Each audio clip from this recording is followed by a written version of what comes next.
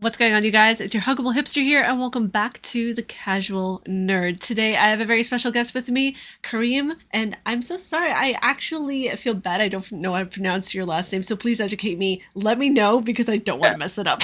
really easy. It's Jovian. That's it. Jovian. Okay. All Mhm. right. Thank you. Thank you. We have him on the podcast today. There was so much going on in terms of what has been happening with Xbox, the gaming community in general. So I thought it would be a great time to sit down and chat with Kareem about all of this because I've seen you in spaces. Well, that's actually how we got to first meet, was chatting in a space together with Kim Dog. Yeah. So it Yep. was Tim pretty Dog was doing cool. it. Yeah. It's really exciting though to see because you see all the people coming together, but you also see the not so nice parts of the community coming out or blossoming, I want to say. So, Kareem, for those of you who are not familiar with your content, what are you about? What do you do? I know you have a YouTube channel, but what stuff do you primarily do? First off, I want to say thank you so much for having me here. It's a pleasure. I also follow the work you do. You do amazing work. Um, I I've always been on social media since 2009, creating content. It's my dream. I've always loved being in control of what I make. And I started off, just having short videos and music video parodies, and went on to sketches. And then I started doing social experiments. That's where I found most of my success, dealing with certain, important human interactions and values and things like that, and how people would react in certain situations. And that's what really took off my channel. And I've always been a gamer. Like throughout all those years of my content creation, I've always been a gamer. I've loved video games. It helped me get through a lot. I have wonderful memories with it. I'm very nostalgic when it comes to it. My parents, they got me into it, and it's a major part of my life that I never really spoke about in my early years. But now I'm just having a lot of fun with it, and on my page and channels, I do a lot with gaming now. Very nice. That's really cool. Yeah. No, it seems like we have the similar drive and passion for it because every time I see you post something on Twitter in regards to gaming, it always has this drive behind it. And it was Yeah. so interesting to see how things unfolded with Xbox. And you have the good side of the community who wants to see the best for the platform. They really want to see things thrive. But then you see the other not so pleasant side. And that's what I really wanted to cover today because I want to see it more from a human aspect. I know there's a lot of content creators who will look at this and bash that side of the community. But when I think about it, it's like these people are incredibly passionate about the hard earned money that they spend on a platform that's not really giving them much to go on until we got the podcast. So, what were your immediate thoughts when you were watching the podcast that Xbox came out with? At first, I liked the setup. When they said podcast, I thought it was just going to be like a sit down when like we just listen to the audio. I don't know why that always pops up into my head when I hear podcast, but it was a nice setup. They covered up a lot of topics. I think they were still not really clear because if technically if you really listen to it, it's like a whole lot of nothing because they kind of repeated a lot about what they were saying. I think it was just them trying to really lay out the groundwork for multi-platform. I kind of accepted that already. If it's the direction the industry is going, I completely am fine with it as long as we still have our consoles, and that brand is still there. So I think they covered a lot of topics that were very important to me when it comes to Game Pass. That was one of the biggest ones. Day One is still here to stay, which is great. All Activ all Activision Blizzard games are coming to Game Pass, which is important because they took a long time to really kind of like bring that forth. But they didn't talk about like Call of Duty. Like so Diablo 4, great. But what about Call of Duty Modern Warfare 3? Like, are we getting Call of Duty at Game Pass at all? Everybody's like, well, yeah, Activision. They said all Activision games, but does it really mean that? Because we've seen that their verbiage is not always clear. It's very PR speak, and I get Yeah. why they have to do that, but it's also like kind of annoying at the same time because Right. Yeah. for the average consumer, they're not, it's not that people are stupid, right? Any Mhm. people are anything but it's like they don't want it like that. They just want to cut and dry. Are we getting this? Let's get to the point because Mhm. when I was chatting with one of my friends before and they were like, well, why is this a good thing? They just basically said nothing. And I was like, they need to do it for public relations. They need to be able to have people understand that they are treading a very fine line posting this at all, even because Right. they're basically in a sense giving not just the trolls but people in general who are questioning their motives what they want. So Mhm. when I see this, I'm like, okay, yeah, it's cool that you guys posted it, but you didn't really have to cater to what they needed, that. Exactly. It's exactly. Another thing that kind of was making me wonder, like what Matt Booty said when he was talking about that also like Phil Spencer, sorry, when he said that he doesn't want people to bless you. With Phil Spencer, he said that he doesn't want this others to think that they're coming to the all platforms. They're not. You know, my quote is off, but you know, if I could look at it right here, yeah, yeah. So basically, he's talking to everybody on other platforms not to take this as a signal that all these games, just because these four are coming, that every game is coming to multi-platform. It's not. So that's really good. But obviously, after the Tom Warren interview, it kind of like feels like they kind of went back on that. Like, well, not every game, but any game can come to PS5 and multi platforms, but not every game. You know, we just want clarity. You know, I know there's going to be fans that are going to be really upset, but someone like myself, I understand the business. I understand, you know, I like to joke around and everything like that, but I understand that if you have a clear message, it's a better thing to do for your consumers than having everything up in the air where they're again creating their own rumors, because many say that this left them with more questions, this podcast, rather than answers. Yeah, because that's the one thing of where like I always have to be careful with the way I word certain things. Every as you know, as a content creator, you always have to be careful with the way you word certain things, I you need to know. be more careful. Yeah. And it got to a point of where like I posted a tweet stating that you know there's to paraphrase myself, there is a difference between being a content creator and being a consumer. When you're a content creator working in this industry, you have to keep up to date with a lot of the drama, with a lot of the stuff that's going on, unfortunately, especially if you're working in news. And when you're a consumer, you get the privilege of sitting back and watching everything unfold in front of you without understanding or knowing the context behind it. You just get to play the games, enjoy it, and that's fine. So Yeah. whenever people are saying that this is a PR nightmare, that people are going to be so upset, that's completely valid in a way because people are spending $500 on a console and they're not seeing the nitty gritty in it. So from that perspective, I completely get it. Absolutely. Not only that, digital libraries, they have a ton of games in their $500 console with the if they bought an elite controller, that's $180 on top of all these accessories. Even the SSD expansion that I bought for my Xbox Series X, that was $320 for 2 TB.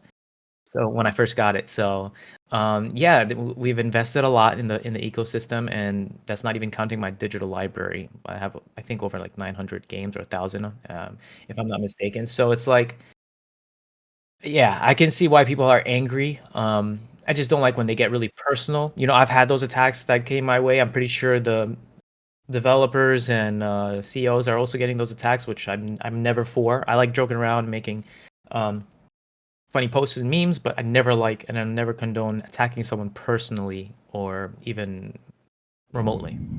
Yeah, the console war stuff I was never a fan of at all. Like, I mean, I support healthy dialect that's constructive. If you're going to criticize anything, if you're going to, you know, understand a topic and then go in and discuss it, like understanding something before you discuss it is absolutely key in my mind, Yeah. right? So whenever I see, you know, people sending death threats or people berating others just because they have a certain opinion on a topic that quite frankly is a luxury to have an opinion on, it's really shocking because these are people who are making these comments. And I've been in content creation for almost 8 years now, and for me it's like it still doesn't seem to fail me how shocked I get that people can behave and act in such a vitriolic way. Yeah, I mean that's social media for you. I've been on the internet for a long time and I've seen it, and to see it, I mean, I've experienced it beyond the gaming world, and now that I'm like I've went full force into gaming and with my X account and my YouTube account, I'm seeing the same thing, but it is actually kind of worse than what I used to see. I've heard everything and seen everything, but it gets really bad to the point where even if I'm just sharing my personal opinion, I love all consoles. I have them right here next to me. I game on everything, but I have a preference, you know, to make my because I'm getting older and you know I can't play every single system and every single game. It's just not gonna work that way. You know, it's like I have a preference, and my preference is that I like the Xbox for no particular reason other than my dad, my late father. He got it for me, and it was like before he got deported. So I have a very close connection with the Xbox. Beautiful memories, and it's continuing on now. And that's how I started. I just showed my love for Starfield. Starfield was like a kind of like full circle for me because I played Morrowind on the original Xbox. So to see Starfield coming out, I showed so much excitement. I was invited by Microsoft because one of my friends works at Microsoft, so I was invited to the store to see and hear all these things that they're showing and all that. So it was a fun time, and I think that's what kind of catapulted me into oh, this guy's a fanboy. And so for me, just to show to show my love for something makes me a fanboy. Fine, but I always defend myself. I'm never attacking anyone I never initiate. That's the thing. I always defend myself. I see a lot of your stuff. For my community who might not know Karim or who might not know the content that he does, you always promote kindness, and you're always out in the Twitterverse or the Xverse, whichever you want to call it, always promoting this healthy attitude and this healthy realism about things. So I really appreciate that. And the fact of the matter is like I see the comments that you get, and quite frankly, it's heartbreaking to see because you are a person who wants to have so much of an open dialogue with these companies. So it's shocking whenever I don't know. I always say this, but I mean it in sincerity. The amount of hate, and I'm probably gonna get shit for this, but the amount of hate that people must have for themselves in order to throw certain words around that they really shouldn't is astonishing. So I'm really sorry that you have to go through the stuff that you have to go through. Believe me, it's nothing. I have thick skin, thankfully, but I know that some people who cannot take that, and it's really hard for them. Those are the people I truly do feel bad for, because at the end of the day, we have enough crap that we're going through in our lives, and we still like to escape on the internet, just post things that we like, talk about things that we enjoy, and to get shit for it is something that you don't expect or want. No, and especially like this week, it showed a lot of people's true colors, right? I got to know some really incredible people, and I got to block some pretty nasty ones as well. It just comes with the territory, and it shouldn't, but it does. To go on to one of the next topics, when we're seeing a lot of the discussion around Starfield going to PS5, I thought that was kind of hilarious, honestly. It was very fun. Because whenever Phil Spencer came out and he kind of gave the big old middle finger to the trolls during the podcast, kind of reassuring everyone, like, no, what are you talking about? Yes, he really directed it. I kind of felt that. Yeah, it was awesome. Yeah, it was great. And I was just like, what? Okay, I really honestly, we have seen him on console playing Diablo, but we know that he's watching everything. Yes, absolutely. I have a feeling he was listening to those podcasts 100%. Because you could listen anonymously. So you just turn on anonymously and just listen. Yeah. Yeah, exactly. It's just like, I don't know, I could just picture him in the corner drinking a coffee, be like, I'm always here. Don't worry about it. I'm always here. Nice. Yeah. So I actually want to get your thoughts on a couple of things. Whenever it comes to the sanctity is the wrong word to use, but the kind of wholeness that we experience with the Xbox console, because I remember getting my first Xbox console 2016 Xbox One, because I was starting content creation and I needed to record game footage and all that, and I remember seeing Ori and the Blind Forest is on there, and I didn't see any other console have that.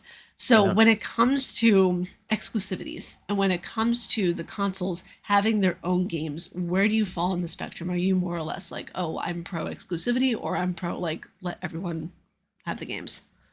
That's such a good question, because I remember you spoke about that. Ori is a beautiful game. I honestly feel bad I didn't get into it and complete it, so I need to jump back onto that. Such a beautiful looking game. Um, the when it comes to exclusivities, it's really tough. I know for someone who loves their console, it feels nice to have all these exclusive games that you can only get on Xbox. So this way you can bring your friends or whoever to come into that ecosystem. But when you look at the broader picture, especially as as the whole industry shifts and moves forward, I think it's an important thing. Exclusivity is absolutely important to kind of add value. Um, until we don't have consoles anymore, until we're literally just in the cloud or just using any device to access our games, we're not really there yet.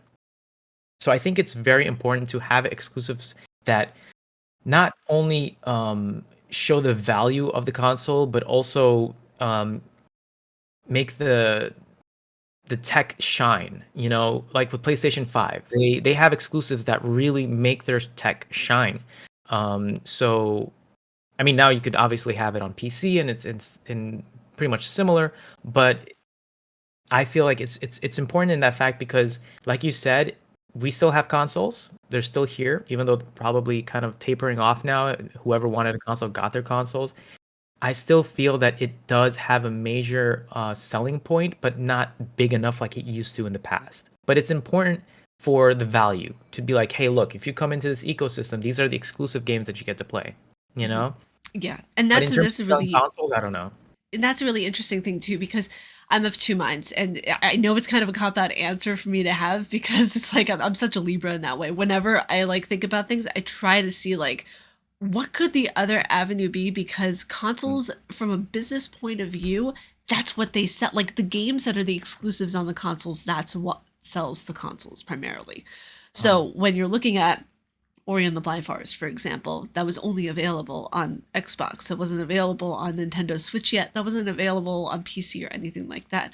So if you right. wanted to buy, if you wanted to get the game, you had to buy the console with it. But now it's getting to a point of where, like, I also feel like everyone should be able to play. Like, man, if Bloodborne comes to PC from software, you know what you're supposed to do.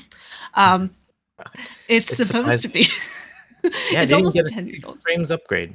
It needs Yeah. something. Absolutely. Absolutely. And you put it in a perfect manner because uh, that, when it comes to exclusivity, in that sense, where you have a game that's stuck on a console, that that's not what I don't think that's the best thing to do. It just completely damages that game because you know, if you think about retro games, there's so many amazing exclusive games that are just stuck on consoles because for whatever reason. So imagine playing Bloodborne on handheld or on Steam or doing that, you know? Yeah. So It's that in that amazing. sense, I understand. Yeah. Yeah, and like Silent Hill 1. Like the only way to play Silent Hill 1 if you want to play it on your PC is to emulate it through DuckStation. That's it. Wow. Yeah. So like I remember going over to a retro store near where I live, and the cheapest copy that you can get of Silent Hill 1 is almost $300. Oh wow. And that is on the lower end because it came in the sleeve. It didn't actually come in its original case. So think about it, like if people want to get into even retro gaming, they have to go through all the cost of getting the original console, getting the game for it, and you're racking up almost like close to $1,000 at that point, almost the same price as a new console. Yeah, it's pretty insane, and I think that's some people enjoy it because it keeps the value high, like if they want to resell a classic game or whatever. But I truly do think there's something wrong when you have a game like Bloodborne. My friend, he loves that game. He literally came to my house and he just gave me the copy of the PS4 version. He's like, dude, just play this. Don't even ask questions, just play it. And yeah, I loved it. It was great, very hard, but it has that Demon Soul style, and I think it's just I don't know. I really don't know what's wrong with that and why Sony's just not really pushing forth to have games like that. Just come to their PlayStation Premium, you know, just bring it there. Yeah, exactly. I mean, like I'm gonna probably say something that'll trigger people, but we don't need another remastered version of The Last of Us. We want Bloodborne. I'm happy to Like, hear that you know, because I've been like saying that for a long time. as much as I love The Last of Us, it's one of my favorite games. It was probably the game that I felt the most emotional towards the story. It's Yeah. it, a game that's only been out for a couple of years doesn't necessarily need a remaster, and this is a huge unless, it's for accessibility. That's the only reason. Yes, yeah.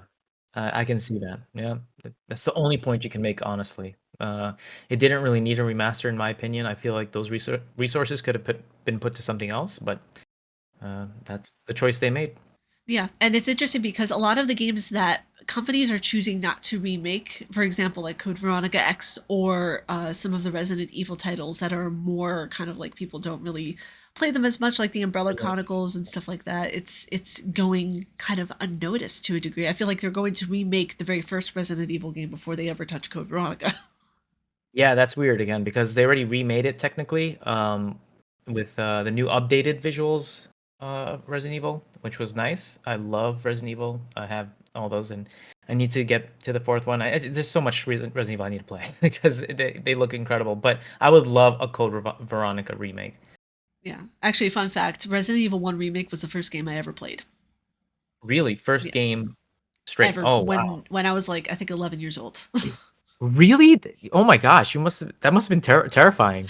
I loved it. At first I was scared, but then I was like I okay, so short story actually, you guys, really quickly.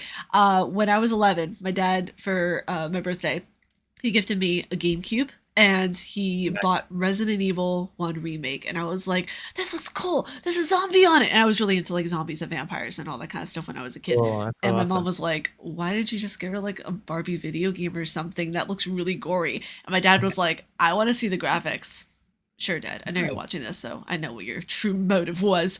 And he showed it to me, and he played it right next to me, and he handed me the controller, and he was like, "Why don't you try playing it? It looks really cool." And I had such like a scared moments after like a week of playing the game on and off. I gave it to him, and I was like, "I'm scared. I don't want to play it." And like a few hours later, I was like, "I need to finish this. Give it back to me, please." And I That's was so like, cool. that was it for me because I blame him for my obsession with gaming and I would always talk about zombies in high school and everything. It turned into this big thing where I loved Resident Evil. But it's one of those things of where like you could only get that game on the GameCube. You could only get that game so far, and we didn't know about exclusivities and we were kids. We were just like exclusive what? Yeah, and I remember Shinji Mikami said he'll cut his head off before this game goes into other platforms. And obviously it's everywhere now. And I'm glad it is. I'm glad it is because it's such an amazing game. All of them were. But it's just the same thing with my dad, you know, like that he got me into gaming, and my first game, believe it or not, was Atari, not Atari, was it Atari?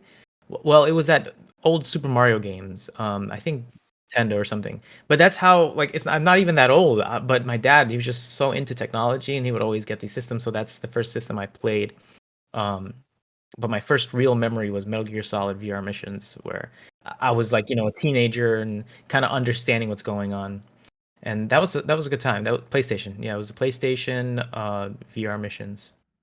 Man, it's Yeah. so weird because it's like I'm seeing kids playing the games that we grew up with because I'm 31. So it's very strange for me to see them playing it for the first time and now having those core memories for them unlocked. And it's so humbling to a degree because it's like you went through those and you went through it on the original system, but they're playing it on these advanced pieces of plastic that you never thought would ever exist. So I think Right.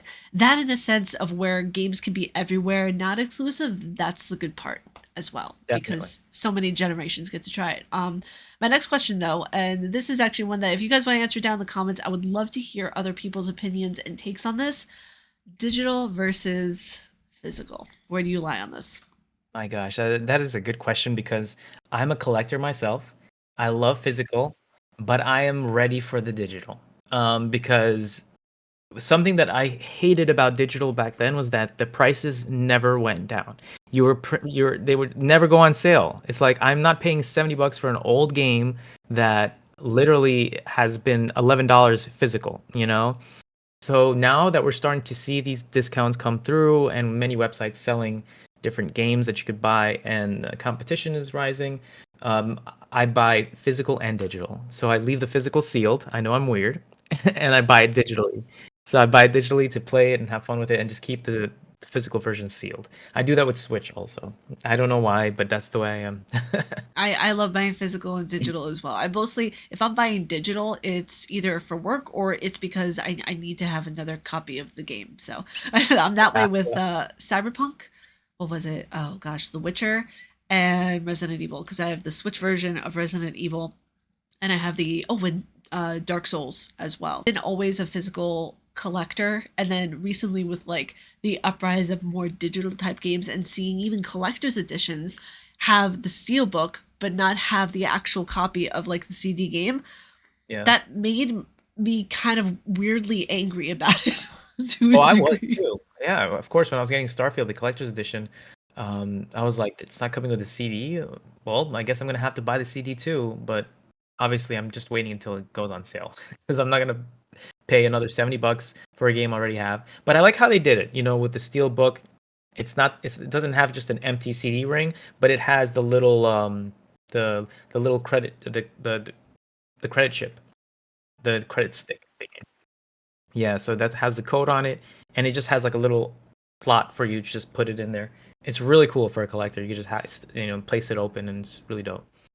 That's really cool. See, I love that collector's editions are becoming a little more meaningful and substantial nowadays. Anyone in the podcast should have discussed the layoffs, or do you think that is better left for something like for another time? Mhm. I was a bit shocked to see that it wasn't brought up, like the ramifications I of think what was going on. it's for me, I don't work in that field, so I wouldn't know. But I would.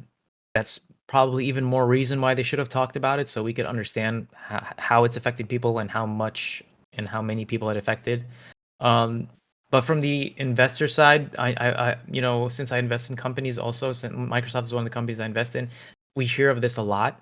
I just feel it's kind of overblown to kind of just pinpoint it on Microsoft. I think maybe that's why they didn't bring it up because it was just kind of targeting Microsoft when it's also happening everywhere. But I think it's something that should always be talked about, whether you feel it's targeting or not. But that is definitely something that and it's pretty bad. I've read articles on it. It's actually worse than we thought. Yeah, the amount of, I believe, to paraphrase one article I read, the amount of layoffs that are happening currently are in a bundle. The amount of layoffs that happened over the course of the entirety of last year are already happening in a small chunk of the beginning of this year. Wow. So, Wow, I didn't know that. yeah, That's it's uh, very shocking to see because video games make more than movies and TV combined. So, with as expansive and as I would say heavily rich of a companies and industry as gaming is, you would think that they wouldn't need to lay people off, though. right. I completely agree with. Video game medium isn't it bigger than like the movie industry or whatever combined? It's like it's pretty big. And I think also this I remember when they had layoffs going into 2021, I believe, and they were blaming it on 2020. They were like, "Oh, it was just like before 2020, like everyone was getting hired, they overhired. This is just kind of we're reeling back. These were temporary or seasonal workers." So to see that, it's actually quite wild. I didn't even know that it's in such a short amount of time. It was like the whole wow. That's pretty insane. People put the rose-colored glasses on whenever they see a content creator, for example, who's making millions, like Logan Paul or a Yeah. Markiplier, and they're just like, I want to have that lifestyle. And it's like, do you realize how much work and how little sleep you will actually get? Yes, and there's content creators like myself, who don't make half of what these guys make, but we still have to work just as hard and also lose sleep. That's why I decided to just kind of take it easy and just go about with what I love and just talk about gaming and do this gaming stuff because it's gotten so crazy, especially with the algorithms nowadays. Where it's like no matter like I have like 2.2 million followers on my YouTube, 2.3 million followers on my Facebook, and nowadays, back then your followers mattered. Your content will get pushed to the followers. But now it's all about the algorithm. So everyone has a chance of going viral. So every video you put out is not going to reach your followers. It's going to be pushed by the algorithm if the algorithm likes it or not. And that's been terrible for creators like myself who built a huge following because I still have people telling me like, "Hey, why don't you upload? I don't see your videos." Well, that's not my fault. That's the algorithm's fault. And there's actually they're right now in court. They're fighting this, and there might be yeah, they're fighting this, and they might actually stop this algorithm thing because there's so many layers to it where it's like, what is the algorithm really pushing? What is it doing to our youth? Why is TikTok doing this? So if it goes through and they stop this, and they actually succeed in uh, stopping algorithms from being used to push media, they're going to go back to using your followers. So now your followers are going to see your content. So that is great for content creators, and I'm hoping that goes through because my followers are just dead pretty much right now. I I hope it goes through too, because like I get the same question because I'll like post almost every weekday, and people were like, where are your videos? I don't see them." I'm like, Yeah, right over here. exactly. Yeah, yeah. So it's like, whenever it comes to content creation and being in the gaming industry, a lot of people don't understand that, number one, the work, lack of sleep, there's grind, there's push, there's all this kind of thing.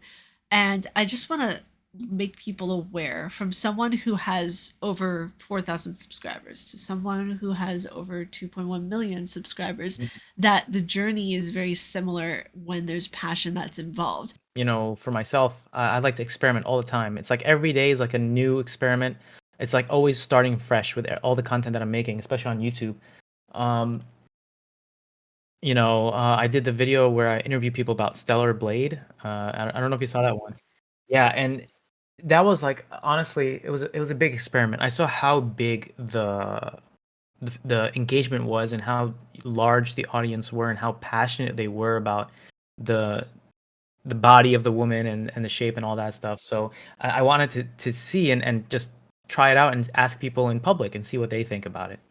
Of course, everybody has their opinions and views, but for me, I'm looking at it from a different sense. For me, it was just something that's I think is important, but at the same time, it's also the style and what it took to create that video, and just see how people react. And the thing that upset me the most is that it's one of my, I wouldn't say negative videos, but it garnered the most negativity.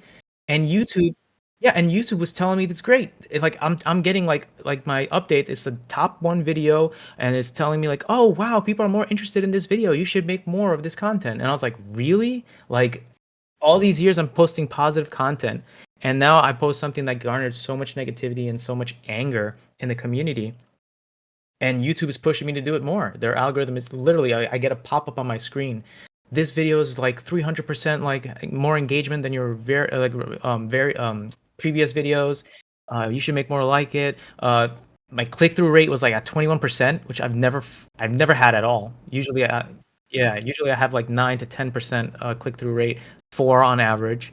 And I was like, wow, like this is like, if I was, really, really crazy, I would like just go full hearted and just continue engaging with this audience and making them angry and just start making the money and making the views. But at the same time, I don't want to be someone who's knocking people for what they like, because gaming is my space, and I love video games. And at the same time, I don't want to add to something where I don't like censorship in video games. I like artistic direction. I like someone to be creatively artistic. I love it. I love, talking to people, and I love going outside too. It's always fulfilling for me, especially when I spend a lot of time at home playing video games and chilling, because I'm older now, I'm married, so all my friends are busy. Nobody goes and parties anymore. We don't do that anymore. So it's most of my time is just staying home playing video games or watching content, creating content, editing. So I like to have a reason to go outside and meet new people.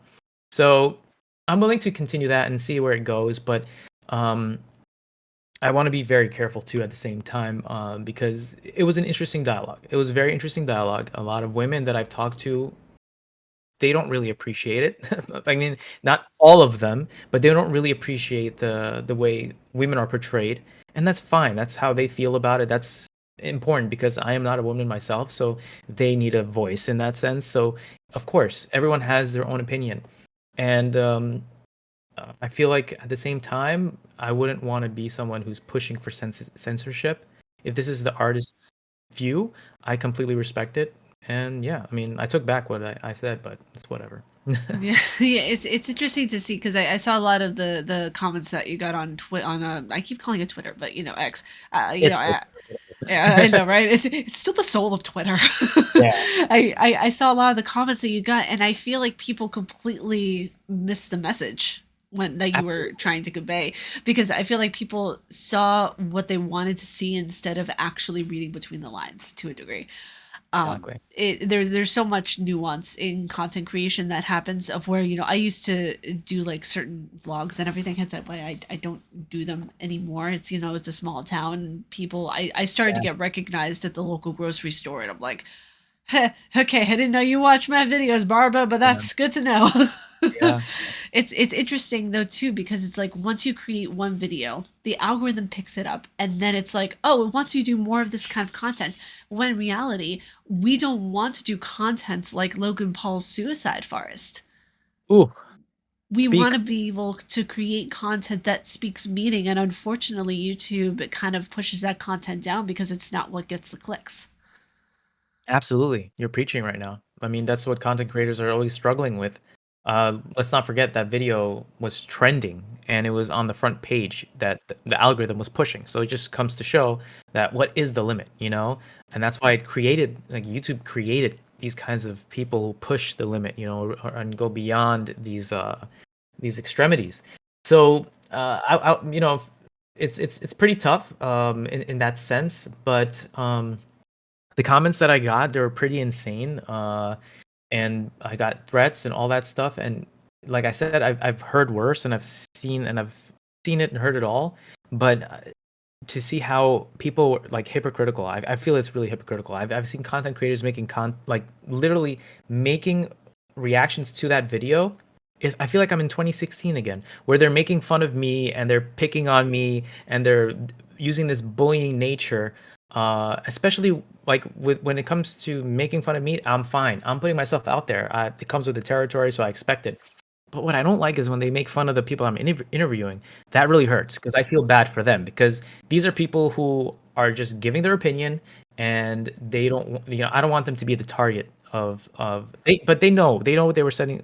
I told them this is going to go online and whatever, and they were fine with it. But it's just, I don't like that because I feel like they don't deserve that. You know, you're making fun of someone, how they look, their weight, their hair color, and then you're calling me a fanboy and you're hating on me because I love a certain console and I'm just showing love to it. But because I criticized a video game of a character that's not even real, you start to attack and feel so attacked at yourself, and it just is so hypocritical. I feel it's so hypocritical.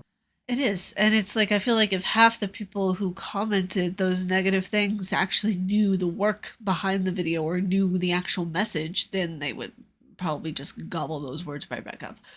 Because, you know, we go out there with an idea already of what we want to film and how we want to portray things. Like, my gosh, the amount of surprisingly equal love and questioning I got for switching my entire brand over to just doing Souls and Souls like content creation with the, you know, on off podcast and reviews. It was wild. That's 100%. See, that's the thing. A lot of this. That's why I don't even like bother with some of these comments anymore, and I hope you don't either. Most of them are faceless accounts. You know, we don't know what's going on in their lives. It must be shit. You know, they must have something going on where they have to take it out on someone themselves. You know, and here we are, someone who's doing something they probably wish they could be doing. I mean, that's a freaking awesome thing to just be playing Souls-like games and creating content with it. It's a dream. I mean, I used to always envy gaming creators because that's a dream of mine too. You know, if I was making the same revenue I was making doing these interviews, playing video games, that's a dream. You know, so it's like, you should never take it seriously, because a lot of these people, especially when I have spaces, I opened up a space for the first time like 2 days ago, and some of the people who hate on me, I invited them to the space. I was like, hey, look, you know, you don't like what I post. You're always criticizing me. Let's talk. None of them talked. They couldn't even speak. And it was just showed, like, it's just they're just really good with the Twitter fingers, but they couldn't speak. The only time where I had it publicly happen to me was when I was at New York Comic Con, and I was going to a Spider-Man event because they were giving away, you know, you get to take pictures with Spider-Man and Miles Morales, and also they're giving away like a, you know, a backpack, Spider-Man backpack. And I always wear a video game shirt when I'm going to Comic Con, because they always have video game events like the Spider-Man one. And this is a big venue. It's not just for Sony. You know, it's a big venue, but there's a little section for Marvel. And I wore my Starfield shirt. So obviously, I swear, I'm not even kidding. I didn't wear it to trigger someone. I can't believe that's actually a thing. People are like, why'd you wear that shirt? You should have not worn that shirt. Are you serious? I can't wear a shirt of a video game I like. So obviously, I got called out by one of the fans on the line. He's like, Starfield's trash. It's mid. You don't even deserve to be on this line. Get off the line. And I was like, what? And I just, obviously, I'm a content creator at heart.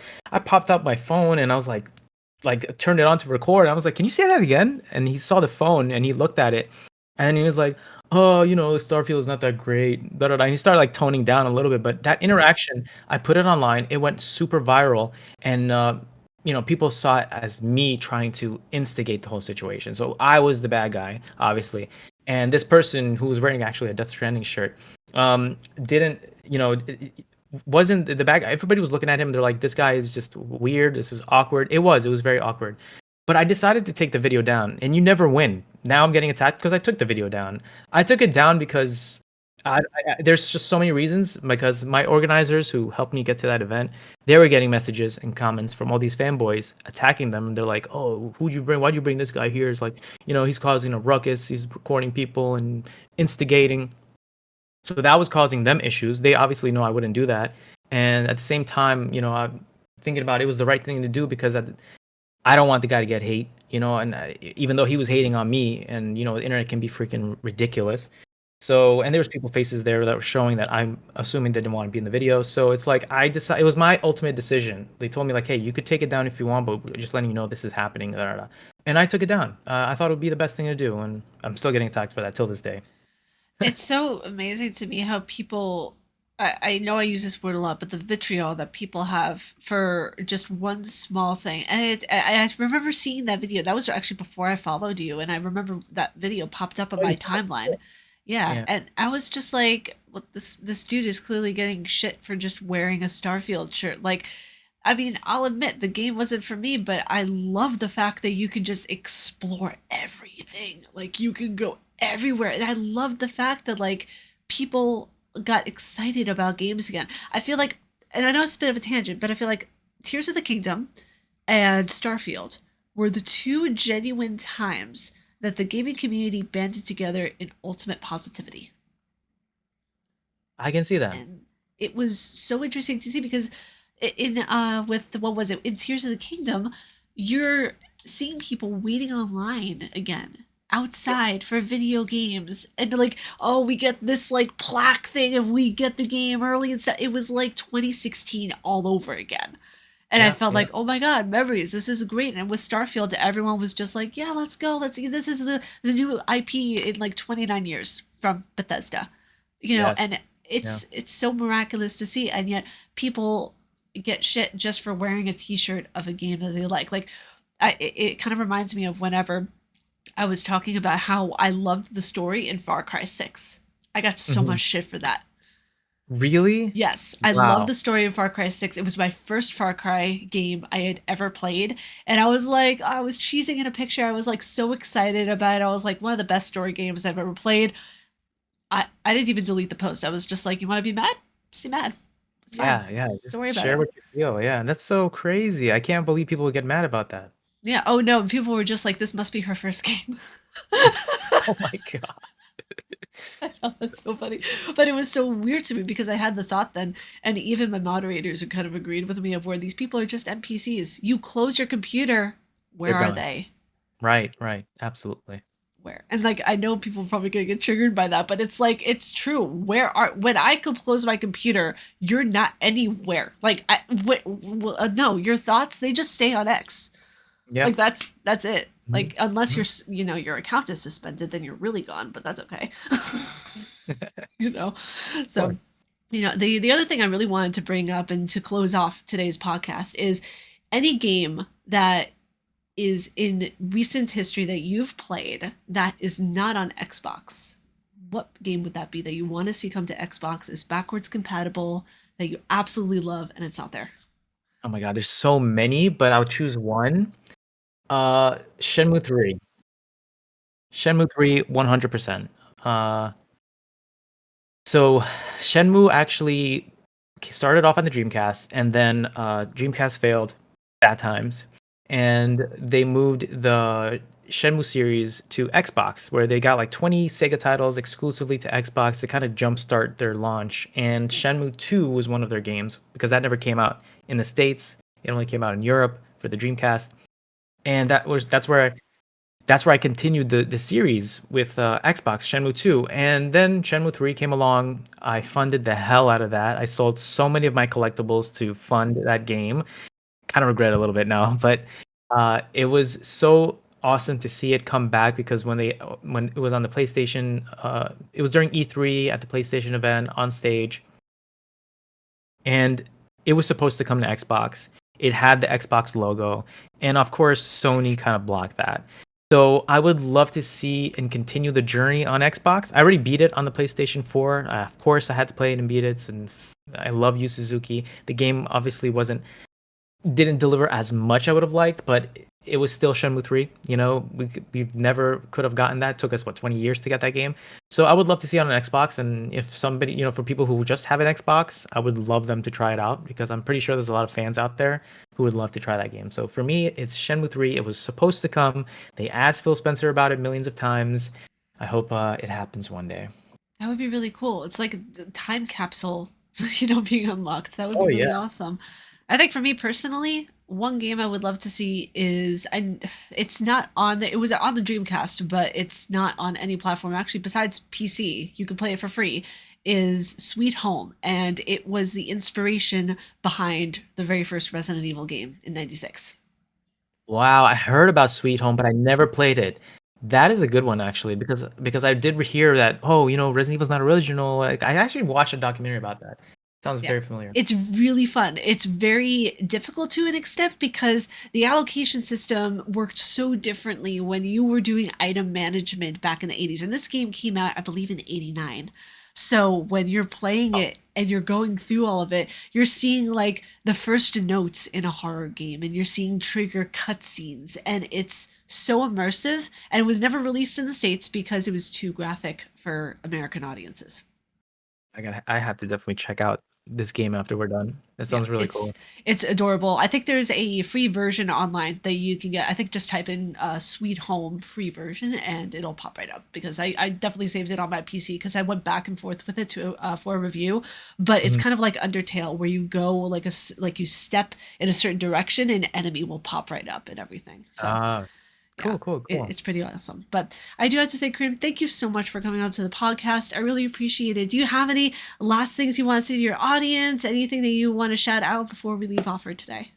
I just want to say thank you so much for having me. This was a lot of fun, and if they want to check me out, I'm on all platforms. The name is Kareem Jovian, and I hope you can stop by and enjoy and show me some love because I need it.